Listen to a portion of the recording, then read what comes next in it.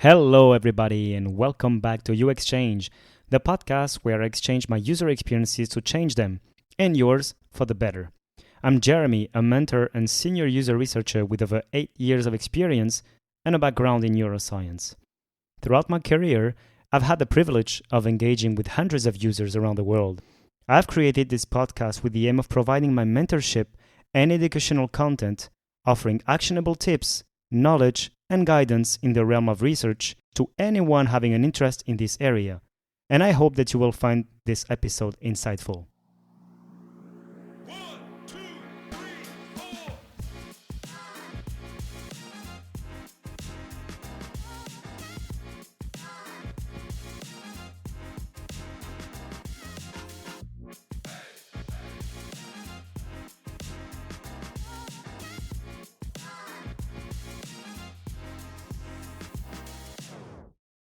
Hello, everybody, and welcome back to You Exchange.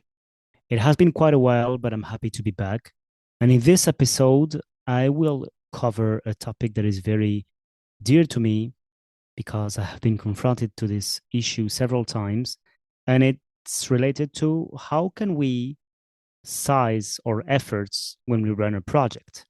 And so here, of course, I'm considering UX research projects, but it can also apply to other fields such as UX design, product management, engineering, development, and the like, data analysis, and so on.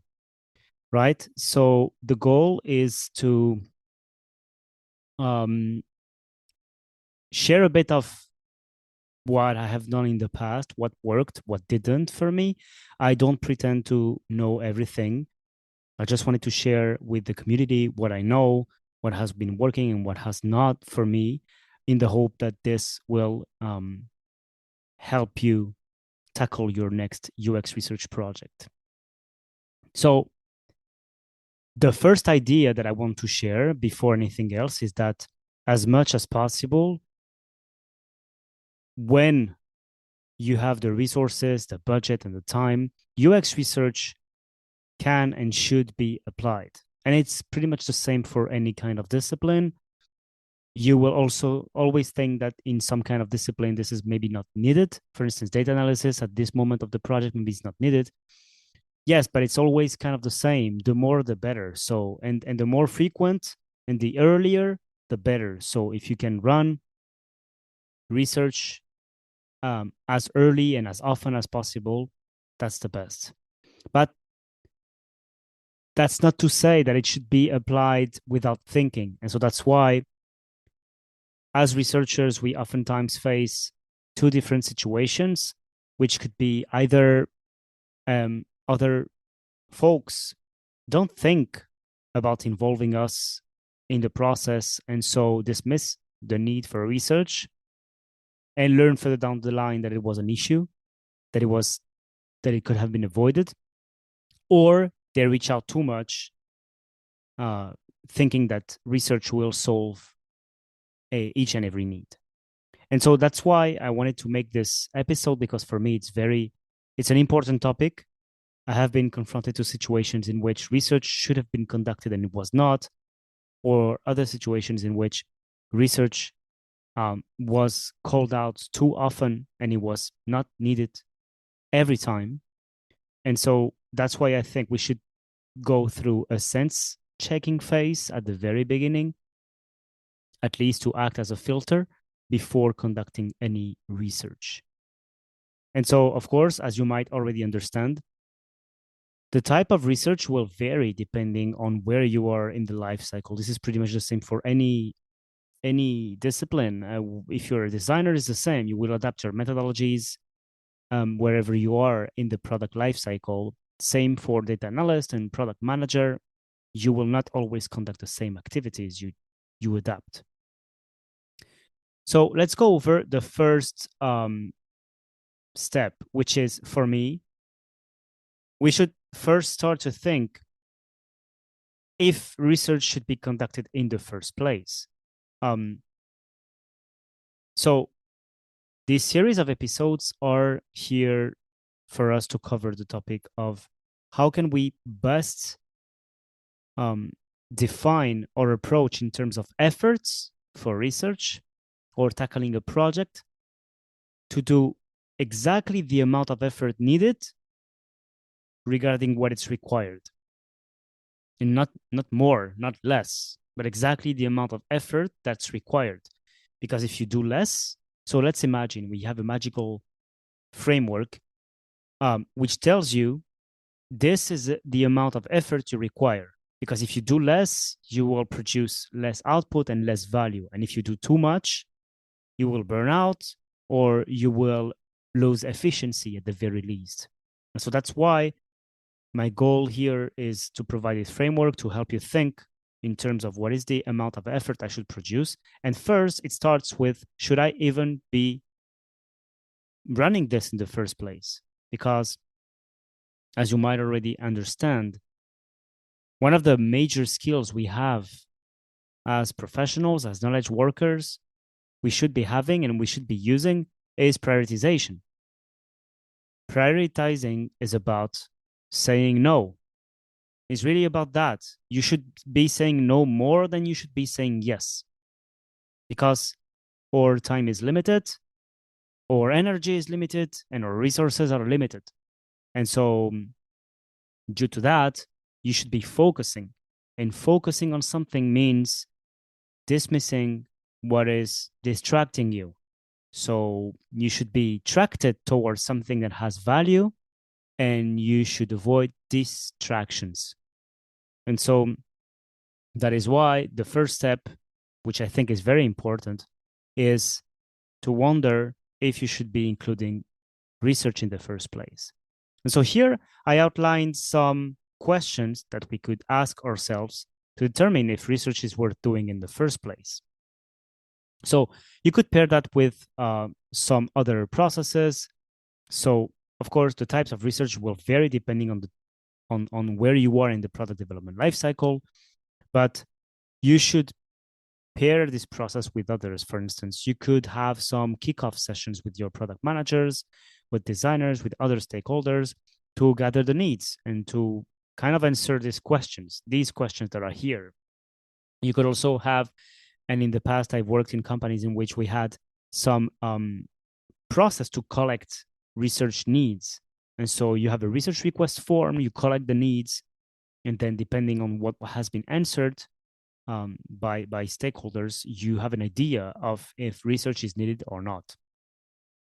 And so here you have some questions that I outline as questions you should be asking yourself. These are not, by no means, they are exhaustive.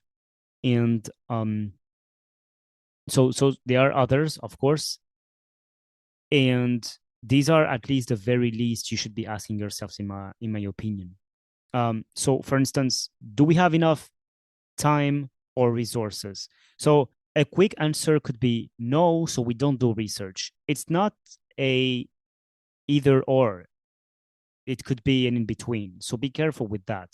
Then I will cover some ways you can get an idea of not only if you should do research or not, but also if you should do research, how deep the research should be. So we could imagine some kind of grading, scoring on a scale for all of these questions to determine if you should do research or not.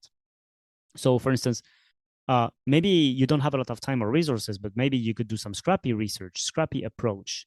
For instance, getting internal feedback from stakeholders or from internal employees. It's not the best, but it's still research. It's still research.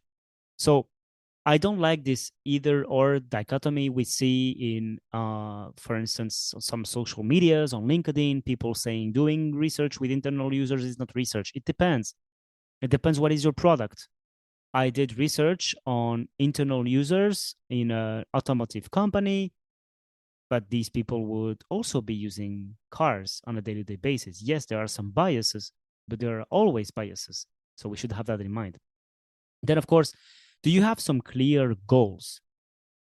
Do you know why you're doing research? Or does your stakeholder know? If they don't, you cannot start the research. At least you need to have alignment. And here the goals don't need to be research-oriented. You are the one to translate the goals into research-oriented goals. it's even better if your stakeholders has some research acumen and he is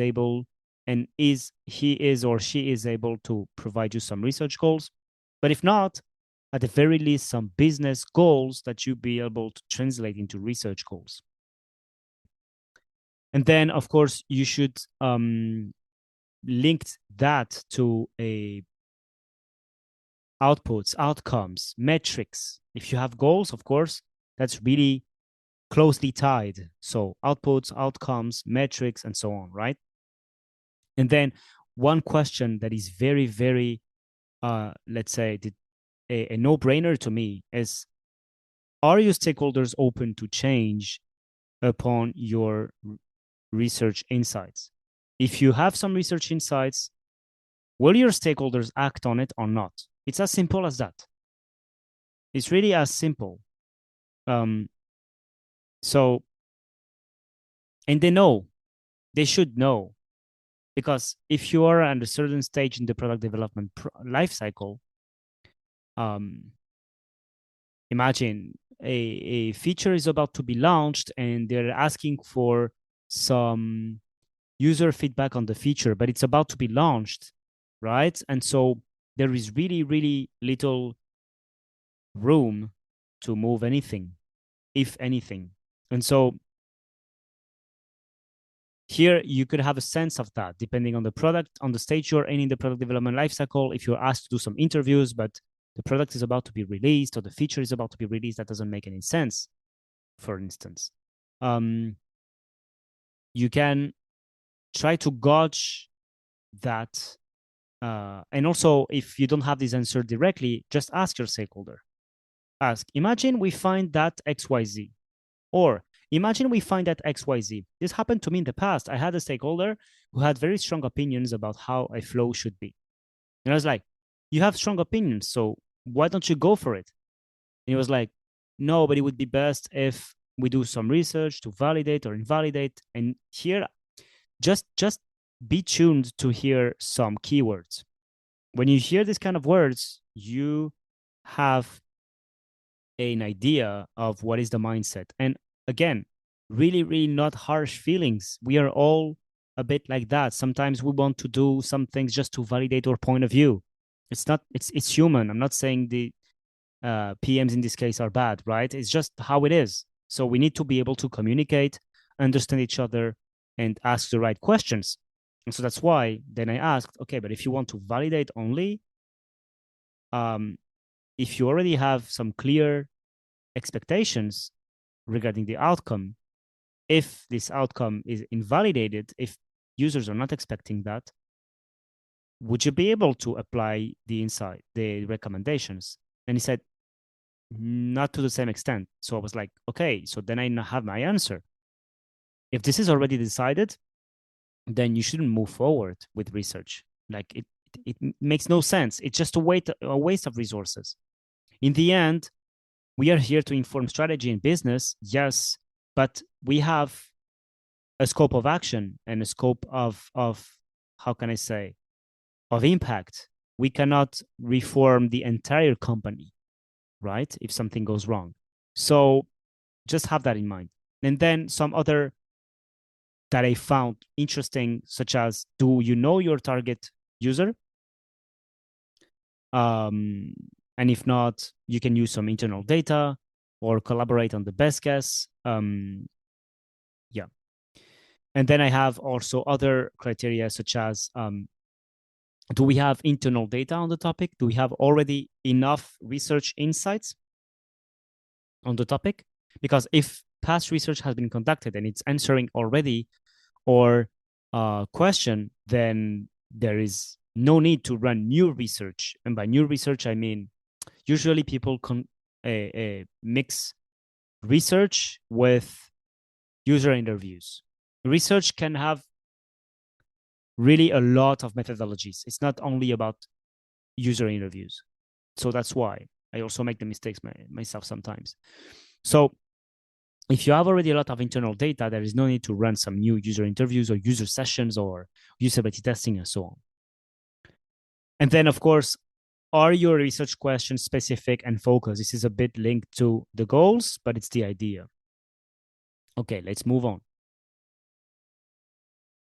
So then the idea is you should identify to determine your level of involvement, what will be the impact the research will have.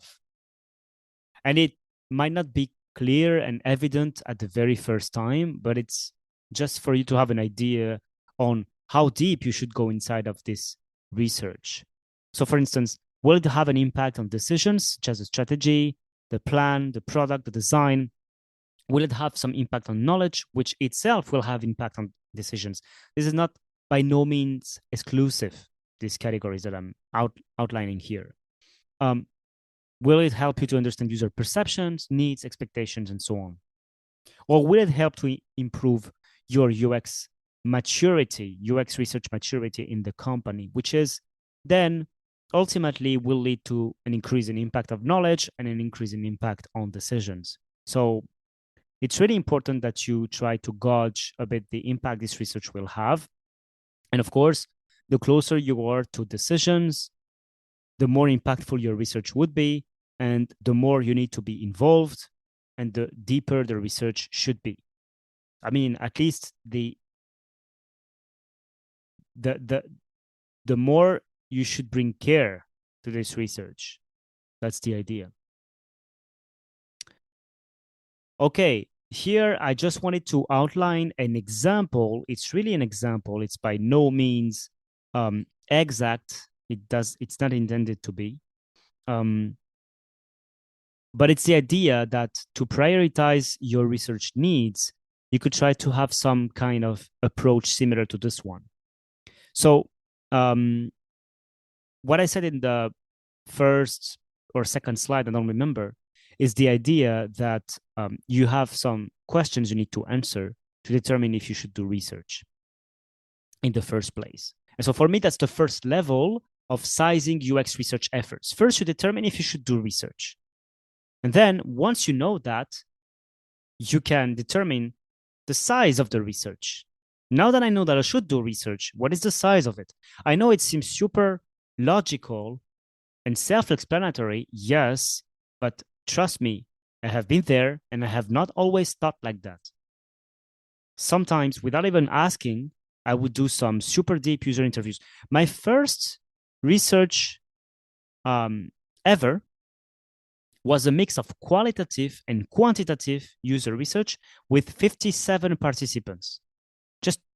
For you to get an idea, because I ran some physiological analysis, I measured their heart rate, skin conductance, I measured this kind of data. So it was really, really interesting.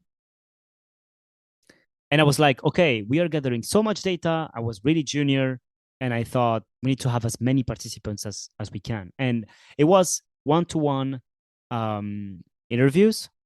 And so it was really a lot. So that's the idea. Once you know how far, once you know you should do research, you need to determine how far you should do it. And so the idea here is just provided as an example is you should have a process. Well, you determine your criteria first that will have an impact on how big the research should be. Okay. So for instance, how many customers will this affect? What is the impact on the business if we don't do this research? Is this blocking any immediate decision? What is the timeline flexibility? Are there alternative ways to get this information? How does this align with our strategic goals? And of course, you have a lot of other criteria as you could imagine. You could have, for instance, what is the amount of things we don't know? What is our problem clarity here? Is it very clear? Is it not? What is the risk of launching a feature if we don't know that much about the product? So it's the idea. Basically, you score on a set of criteria, and based on that, you determine if you should do to what amount, to what degree you should do research. And finally, this is a recap for me how I see research. So we should look at that from the basis to the top. And for me, this is the pyramid of research needs. Maybe some of you know the Maslow hierarchy of needs, and so there is a hierarchy of needs for user research as well. So for me, a research should first be necessary. It should be necessary. If it's not necessary, you just don't do it. Then it should be impactful. But then the degree of impact, as I said in one of the slides, will depend. And finally, once you know all of that, you can start to have a strategy about this. I mean, at the research level, because of course you have a strategic level already for the product, but at the research level, we can also have a strategy about how you approach it. What are the research goals? What methodology will I use? How will I contact my participants? How will I analyze my data? This is a strategy that will lead to that, to gathering all the insights later. But first, you should determine if the research is necessary. And then if it is, what would be the impact of this research? We can imagine that if it's not necessary, it will have zero impact. So it means if you think it is necessary, it will have at least some impact. So it's dependent. And then depending on the impact, you then determine the strategy out of it. And so that's the idea. Before research, you should ask key questions, ensure your clear goals on influence, check existing research, and align with impact needs. And that's it for today's episode. I hope you learned at least one thing. This is one episode in a series of 3. And yeah, I hope you liked it as much as I did. And if you learned at least one thing, please subscribe, share it with your friends and colleagues. Leave me some comments if you feel like it. Let me know if you want me to tackle other topics in the comments. And I can't wait to see you in the next episode. Until then, take care. Bye-bye. And that's it for today's episode. Thank you everyone for joining me today on New Exchange. I hope you found today's episode insightful and valuable. Make sure to subscribe in order for you not to miss the next episode. Share it if you liked it and leave a review. Thank you for your time and attention. If you have any questions, comments, or suggestions for future topics, feel free to reach out directly to me. You can find all the details in the show notes. And see you in the next episode. Bye-bye. Yeah.